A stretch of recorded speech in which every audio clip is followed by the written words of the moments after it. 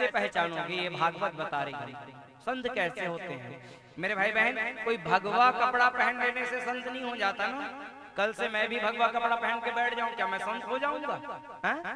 नहीं, कपड़ा रंगने से कोई संत नहीं होता मेरे भाई।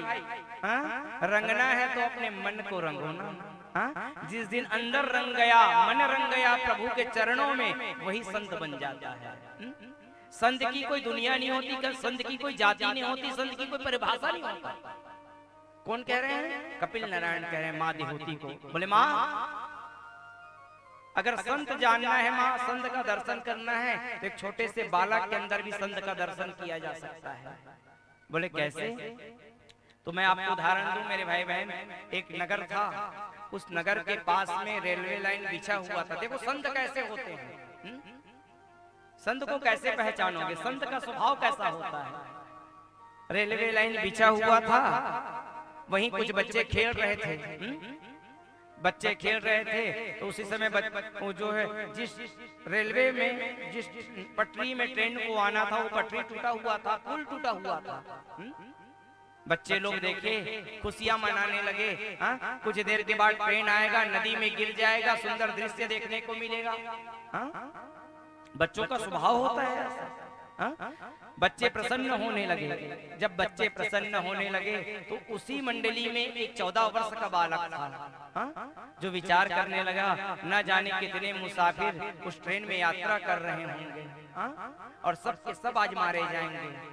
मैं ऐसा क्या करूं जिससे सभी का प्राण रक्षा हो पाए, सबकी प्राणों की मैं रक्षा कर पाऊं, ऐसा मैं क्या करूं? तो विचार करने लगा।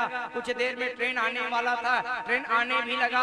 वो बच्चा जो है अपने वस्त्र निकाल दिए, वस्त्र को निकाल करके उल्टे दिशा पटरी में दौड़ने लगे। उल्टे दिशा होकर के पटरी में दौड़ने लगे। जब पटरी में दौड़ने लगे, ट्रेन का ड्राइवर देखा, अरे ये बालक पागल हो गया है क्या? इसके लिए कोई ट्रेन रुकेगा? लेकिन जैसे नजदीक में आए, ठाकुर जी ने भी उस ड्राइवर का ऐसे मति मोड़ दिया कि वो ट्रेन को रोक ही दिया। जब ट्रेन को रोक दिया, ड्राइवर नीचे आया, पहले तो 2 तमाचा लगाया उस बालक को। अरे पागल हो गया है? तेरे लिए कोई ट्रेन रुकेगा? बोले मारते क्यों हो? आगे जाकर के देखो ना, पटरी टूटा हुआ है, पुल टूटा हुआ है।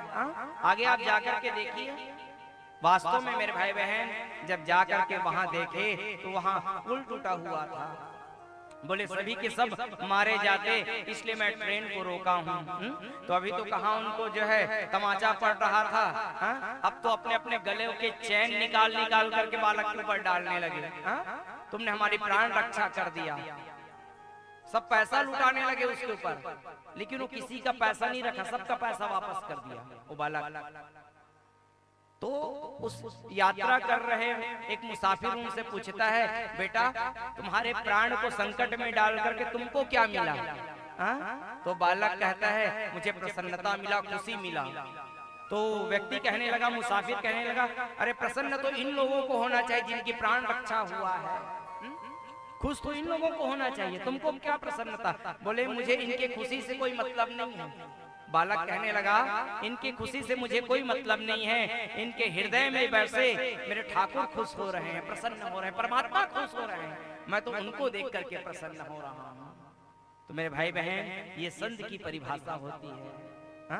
कोई कपड़ा रंग लेने से कोई संत नहीं होता। संत का स्वभाव संत होता है। संत कैसे होते हैं? नवनीत समाना। संत हृदय नवनीत समाना। नवनीत यानी मक्खन, मक्खन के समान होते हैं संत का हृदय। दिखने में ऊपर से कठोर रहते हैं संत, लेकिन अंदर से उतने ही नरम रहते हैं जैसे एक नारियल। नारियल को जब देखोगे ना तो इतना कठोर रहता है, उसको पत्थर पर मारना पड़ता है तब जाकर के टूटता है वो, लेकिन अंदर उतना ही नम्र रहता है नारियल। तो वैसे ही संत है मेरे भाई बहन। दिखने में कठोर होते हैं, वाणी भी कठोर बोलते हैं, लेकिन उनका हृदय उतना ही कोमल होता है। और जिनका हृदय कोमल नहीं है, जो परोपकार की बात नहीं सोचता, वो संत भी नहीं है ना। जिनका हृदय कोमल नहीं है, परोपकार की भावना नहीं रखता, वो जो है संत नहीं है। वो